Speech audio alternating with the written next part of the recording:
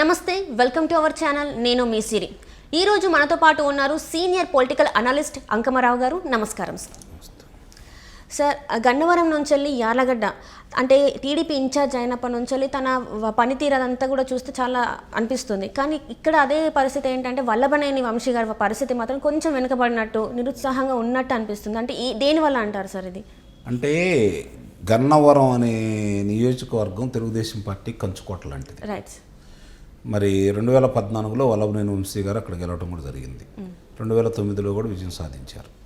2014లో అప్పుడు ఉన్నటువంటి శాసనసభ్యుడిని కాదని, అంతకుముందు 2009లో లోక్సభ సభ్యుడిగా పోటీ చేసినటువంటి వల్లభనేని వంశీ గారికి ఇచ్చిన మాట ప్రకారం 2014లో ఆయన గన్నవరం కేటాయించడం కూడా జరిగింది. విజయం సాధించారు. ఇక్కడ ఏంటంటే పార్టీతో పాటు ఎంతో కొంత పట్టున్నటువంటి వ్యక్తి వల్లభనేని వంశీ, కాదనాల్సిన అవసరమేం లేదు. ఎందుకంటే కుర్రవాళ్లలో, యువతలో అతనికి ప్రత్యేకమైన పేరు సంపాదించుకున్నాడు. అట్లాగే కొన్ని కార్యక్రమాలు కూడా చేపట్టడం కూడా జరిగింది.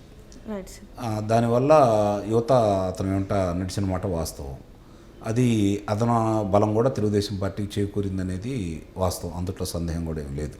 సహజంగానే బలమైన నియోజకవర్గంలో, ఎందుకంటే అతను ఏమంటున్న యువత కూడా తెలుగుదేశం పార్టీ వాళ్ళేమీ ప్రత్యేకమైన వాళ్ళు కాదు. అంటే యువతకి కొంచెం అతను యువతలో బాగా పేరు సంపాదించుకున్న మాట మాత్రం వాస్తవమే. అట్లానే అతన్ని ఆదరించారు. 2014లో హక్కును చేర్చుకున్నారు. అధికారంలోకి వచ్చింది తెలుగుదేశం పార్టీ. మరి ఆ రోజు విధి విధానాలను బట్టి మళ్ళీ 2019లో కూడా ఆయనే పోటీ చేయడం కూడా జరిగింది. ఎంతో కొంత సాన్నిహిత్యం అనేది జగన్మోహన్ రెడ్డి గారితో ఆయనకు ఉన్నమాట వాస్తవం. అది కాదనలేని సత్యం. ఎందుకంటే బహిరంగానే, అదేదో చాటుమాటు కాకుండానే విజయవాడలో బహిరంగానే ఆయన కోసం వేచి చూసి కలిసిన సందర్భాలు కూడా, కలవడానికి ప్రయత్నించిన సందర్భాలు కూడా ఉన్నాయి. ఆ రోజు కూడా అతని గురించి పట్టించుకోకుండానే, దాని గురించి పట్టించుకోకుండానే వ్యక్తిగతంగా ఉన్న పరిచయాలను దృష్టిలో పెట్టుకొని మళ్ళీ తిరిగి ఆయనకి టికెట్ ఇవ్వడం కూడా జరిగింది. బలమైన నాయకుడిగా ఎదిగాడు గన్నవరానికి, అందులో సందేహం కూడా ఏం లేదు. కానీ గెలిచిన తర్వాత అతని రాజకీయ భవిష్యత్తు గురించి, సరే పార్టీలో ఎవరెవరికి ఏ విభేదాలు ఉంటాయో బయటకు వెళ్ళిన తర్వాత అధినేతను మాట్లాడుకుంటారు, ఇవన్నీ ఉంటాయి. కొంచెం శృతి మించి విమర్శించిన మాట కూడా వాస్తవమే. సరే, అతనికి రాజకీయ అవసరాలు కావచ్చు, లేదంటే మిగిలిన వాళ్ళు అందరూ భావించినట్టుగానే 151 స్థానాలు వైఎస్ఆర్సీపీ పార్టీకి వచ్చినాయి, శాసనసభ్యులుగా గెలిచారు. ఇక తెలుగుదేశం పార్టీ కోలుకోలేదేమో, మన భవిష్యత్తు ప్రశ్నార్థకమేమో రాజకీయంగా అని చెప్పని గతంలో జగన్మోహన్ రెడ్డి గారికి ఉన్న సాన్నిహిత్యాన్ని దృష్టిలో పెట్టుకొని ఆయన వైఎస్ఆర్సీపీ పార్టీలోకి వెళ్ళడం కూడా జరిగింది. వెళ్ళిన కాడి నుంచి కూడా అక్కడ ఈయన కావచ్చు, వేరే నాయకుడు కావచ్చు, ఇద్దరు పోటాపోటీగా కార్యక్రమాలు నిర్వహించుకోవటం, కలిసి ప్రయాణం చేయలేని పరిస్థితి అక్కడ ఉంది. ఆ పరిస్థితుల్లో యార్లగడ్డ వెంకటరావు గారికి మీకు ఇప్పుడు తరువాత అయినా సరే వల్లభనేని వంశీ గారికి ఇస్తాము, మీకు ఇవ్వమని చెప్పారన్న ఉద్దేశంతో మనస్తాపం చెంది ఆయన తెలుగుదేశం పార్టీ పంచం చేరటం కూడా జరిగింది. చేరిన కాడి నుంచి కూడా తెలుగుదేశం పార్టీ వాళ్ళు కూడా ఆయన్ని స్వాగతించారు. ఆయన కూడా వీళ్ళతోటి మమేకమైపోయాడు. కలిసి కొంచెం జోరుగానే ప్రయాణం సాగుతూనే ఉంది. ఈ పరిస్థితుల్లో ఎంతో కొంత వెనకబడిన మాట వాస్తవం మాత్రం వంశీ గారికి కలిగింది.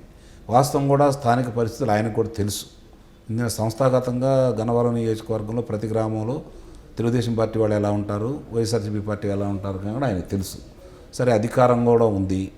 ఇప్పుడు ఆయన తోటి ఉన్న కుర్రవాళ్ళు వీళ్ళందరూ కూడా ఎంతో కొంత ఆయనతో ప్రయాణం చేశారు.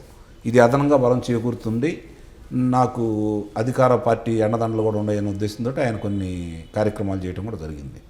ఇప్పుడు ఏమైందంటే గన్నవరం సహజంగానే తెలుగుదేశం పార్టీకి కంచుకోట కాబట్టి నిన్నటిదాకా అధికారంలో ఉన్న పార్టీకి, అందుట్లో మన శాసనసభ్యుడు కూడా ఆ పార్టీలోకి వెళ్ళారు కాబట్టి, కొంచెం దూకుడు మనస్తత్వం ఉన్న వ్యక్తి కాబట్టి ఆయనతో మనకు ఎందుకులే అని చెప్పి కొంచెం దూరంగా ఉండటం కూడా జరుగుతూ ఉంది. మిగిలిన వాళ్ళు, ప్రజలు కూడా కొన్ని విషయాల్లో వాళ్ళకి ఇబ్బందికరంగా జరిగినప్పుడు వాళ్ళు బజార్కి రావడం కూడా జరుగుతూనే ఉంది. ఈ పరిస్థితుల్లో ఈరోజు యార్లగడ్డ వెంకటరావు గారు వచ్చిన కాడి నుంచి వీళ్ళతో కలిసి ప్రయాణం చేయటమే కాకుండా వివాదరహితుడిగా కూడా పేరుంది అతనికి. పార్టీ ఏదైనా సరే ఆయన మీద పెద్ద వ్యతిరేకత లేదు. లేకపోబట్టే తెలుగుదేశం పార్టీ వాళ్ళు కూడా హక్కును చేర్చుకోవడం కూడా జరిగింది.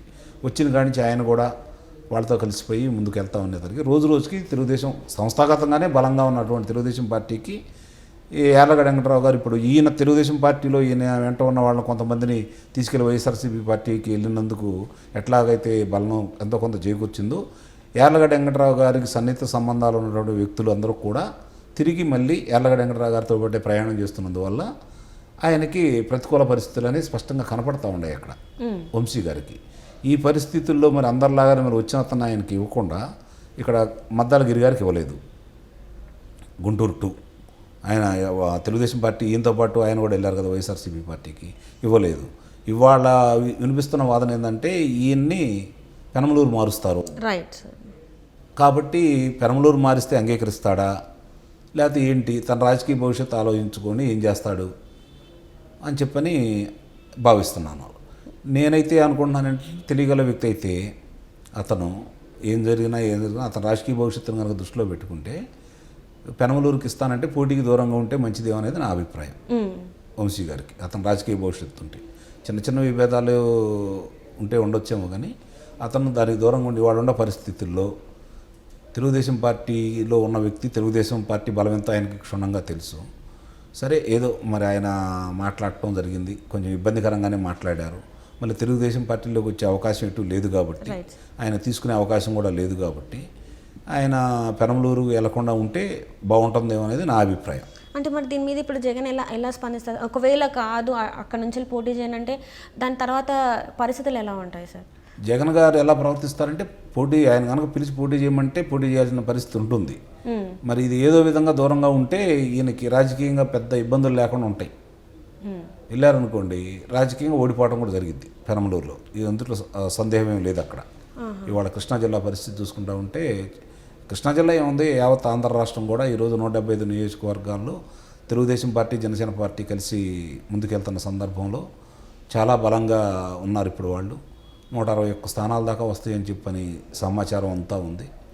దాంట్లో ఆ వచ్చే 10-15 స్థానాల్లో కూడా 10-14 స్థానాల్లో కూడా రాయలసీమ నుంచి కొంచెం ఎక్కువగా కనపడుతుంది. అందులో కడప జిల్లా నుంచి ఒక 4, అట్లా కర్నూలు నుంచి ఒక 2, అలా వివిధ ప్రాంతాల్లో 10 కంటే కనపట్టలేదు. కాబట్టి లేనిపోయిన తలకాయ నొప్పులు ఎందుకు అనే ఉద్దేశంతో రాజకీయంగా తెలియగలాడు కాబట్టి అతను ఆ రోజు ఆలోచించి వెళ్ళాడు.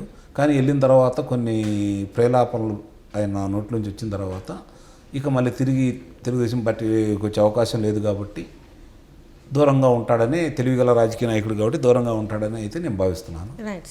లేదు రాజకీయంగా నా ఊరికి ఉండాలి, నేను పార్టీలో కొనసాగుతాను అనే భావంతో ఉంటే అప్పుడు జగన్ గారు ఆదేశిస్తే తప్పకుండా వెళ్ళాల్సిందే కదా. నేను ఇక్కడే పోటీ చేస్తానంటే ఒప్పుకునే మనిషి కాదు కదా జగన్మోహన్ రెడ్డి గారు. జగన్మోహన్ రెడ్డి గారి గురించి కూడా ఆయనకు క్షుణ్ణంగా తెలుసు కాబట్టి కాదు కూడదంటే వెళ్తాడేమో నాకు తెలియదు, కానీ తెలివిగల రాజకీయ నాయకుడు కాబట్టి పోటీకి దూరంగా ఉంటాడని అయితే నేను భావిస్తున్నాను. Right thank you so much sir.